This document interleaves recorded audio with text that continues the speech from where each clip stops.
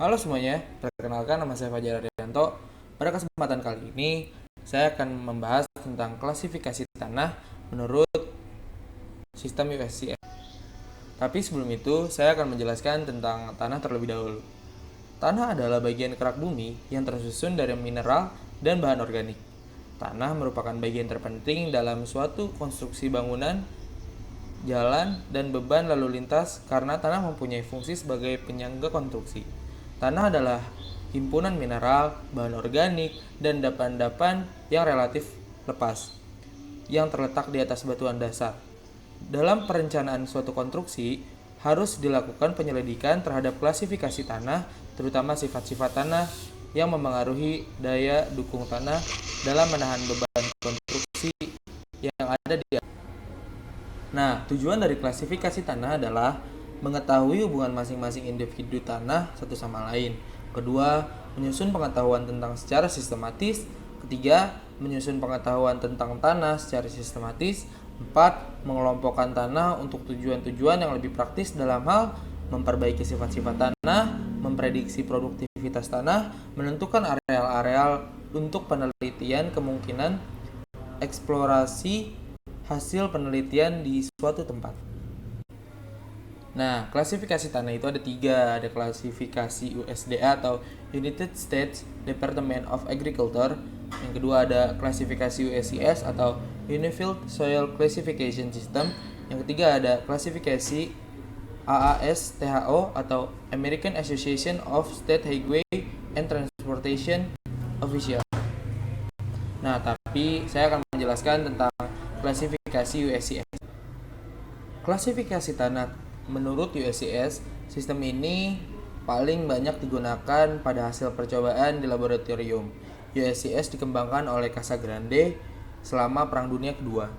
Nah, pada tahun 1969, sistem ini diadopsi oleh ASTM sebagai metode klasifikasi tanah. Nah, kelompok tanah tersendiri dibagi menjadi dua, ada tanah kasar dan tanah halus. Yang pertama ada tanah kasar.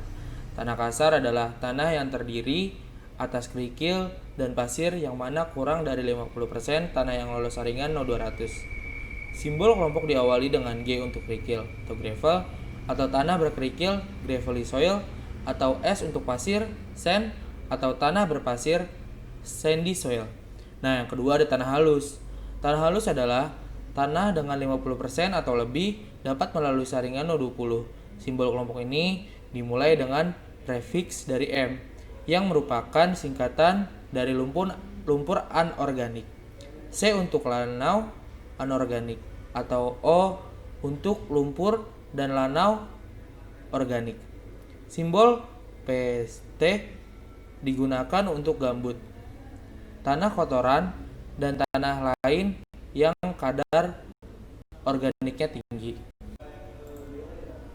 Nah, kali ini kita langsung aja ya ke tabel USCS-nya. Kita lihat kayak ada simbol GW, GP, GM, GC, SW, SP, SM, SC, ML, CL, MH, CH, OH, PT. Nah, kayak nama jenisnya itu ada, kalau kayak GW gitu ada kerikil gradasi baik, kalau GP kerikil gradasi buruk, GM kerikil bertanau atau campuran kerikil pasir lempung, GC kerikil berlempung, dan seterusnya.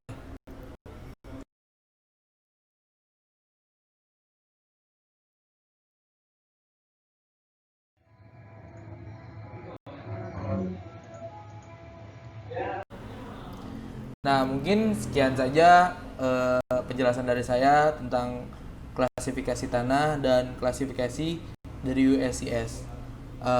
Mohon maaf jika ada kesalahan atau salah-salah kata. Wabillahi taufiq wal hidayah. Wassalamualaikum warahmatullahi wabarakatuh.